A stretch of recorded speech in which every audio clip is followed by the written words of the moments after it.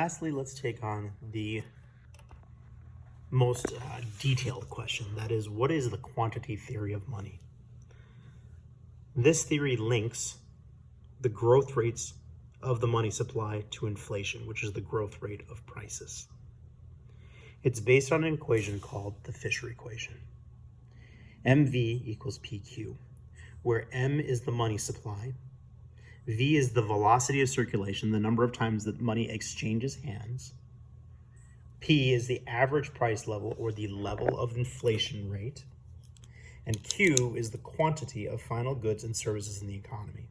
So very importantly, that is the level of inflation rate. You can rewrite this for P by saying P equals MV over Q. M times V, the money supply and the velocity of circulation, that's the gross domestic product, the GDP. Interestingly enough, P times Q also is a measure of the gross domestic product, level of inflation times the quantity of final goods and services. So when you look at inflation, three variables affect inflation. The money supply, in other words, increase the money supply or print money and you get increased inflation. The V, which is the velocity of circulation, the number of times the money exchanges hands. So have more exchanges will lead to greater inflation. The V has actually a very small impact because it is usually dwarfed by the M and potentially can be dwarfed by the Q. And then Q, the quantity of final goods and services, the greater the quantity of final goods and services in the economy, the lesser the inflation. So you've basically saturated the market with goods and services, which means that the value of said goods and services is decreased overall. It's more readily available. Inflation is nothing more than money chasing the same quantity of goods, and the prices will then rise to compensate. So it's more money chasing the same quantity of goods, rather. If you put more money into the circulation, you increase inflation, especially if you keep the quantity of goods the same. There are two schools of thought. There are the monetarists. They acknowledge that sometimes you can get V to change in recessions, but it typically is not going to be enough to affect the equation.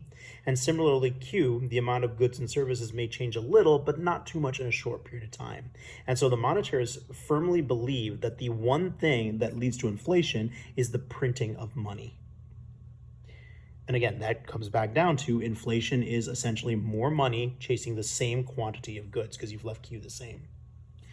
There is a secondary school of thought called the Keynesians. The Keynesians believe that V and Q are not necessarily fixed and that they can be manipulated in an amount just as impactful as the M can be affected.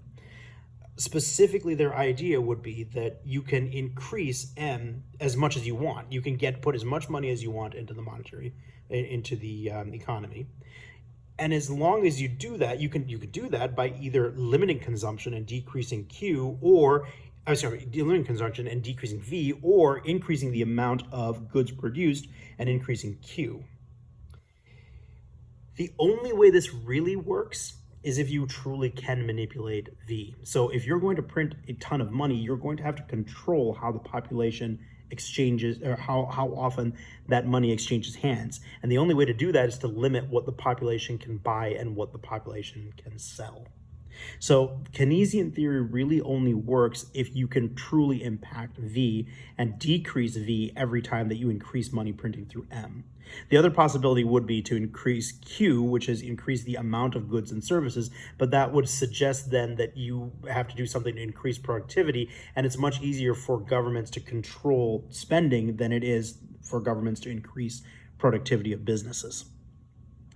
The tie-in to this is what CBDCs can do, central bank digital currencies, because a central bank digital currency, one of the natures of such a thing is that unlike your cryptocurrencies, CBDCs are programmable. The government can program how they can be used, when they can be used, and who can use them. And so as a result of that, that is the ultimate control over V.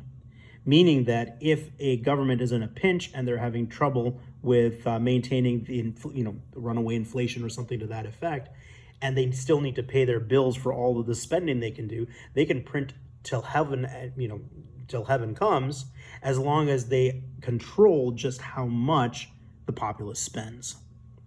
So it's a clarion call that the monetarists generally tend to have a theory that works well in a free society, whereas the Keynesians will generally tend to work better in a more authoritarian type society for their theory.